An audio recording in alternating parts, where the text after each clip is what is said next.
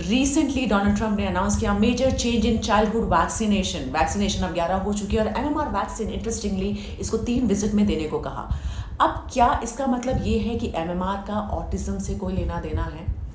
इस एपिसोड में इसको ध्यान से समझते हैं। नमस्ते everybody, welcome to neurodiverse Sunday, this is episode 79। 1998 में एमएमआर और ऑटिज्म कंट्रोवर्सी हुई, जहां डॉक्टर एंड्रयू वेकफील्ड ने 12 बच्चों में रिसर्च की, जहां उनकी फाइंडिंग ये थी कि गट, ऑटिज्म और एमएमआर का कोई आपस में रिलेशन है।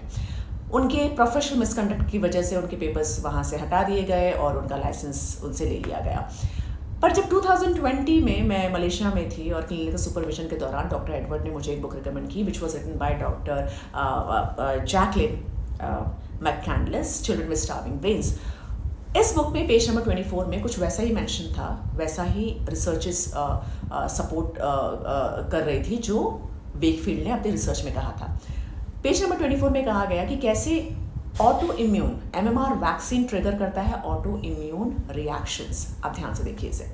दुनिया भर में बहुत सारे रिसर्चेस हुए एमएमआर और ऑटिज्म को लेकर, और कोई भी फाइंडिंग ऐसी नहीं निकली। जैसे डेनमार्क में 6 लाख बच्चों के बीच में ये रिसर्चेस हुए, तो और ऐसी कोई फाइंडिंग नहीं थी जहां इन दोनों के बीच में कोई रिलेशन देखा गया। वहीं जापान में, if I am not wrong, इस वैक्सीन को विड्रॉ कर दिया गया, तो उनके रिसर्चेस में कुछ ऐसा नहीं निकला कि अब केसेस कम आ रहे हैं।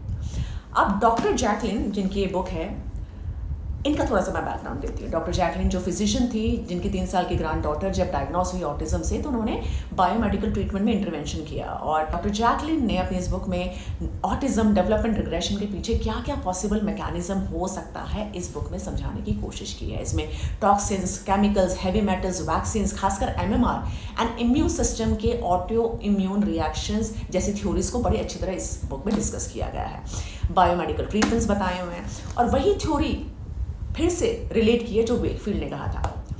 Now as a independent researcher, as a child psychologist, as a neurodivergent parent myself, I would want कि साइंस और रिसर्च करे।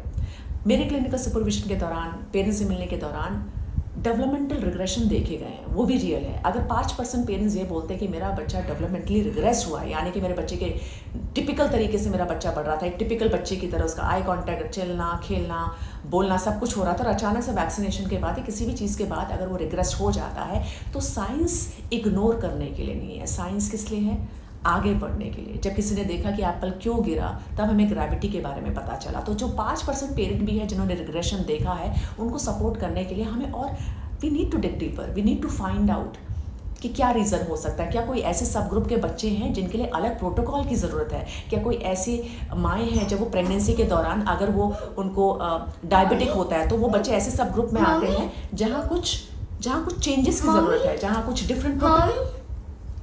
डिफरेंट प्रोटोकॉल की ज़रूरत है। कि साइंस है सवाल पूछने के लिए और रिसर्च करने के लिए। As a medical practitioner, as a parent, as an educator, आपको क्या लगता है? Do comment.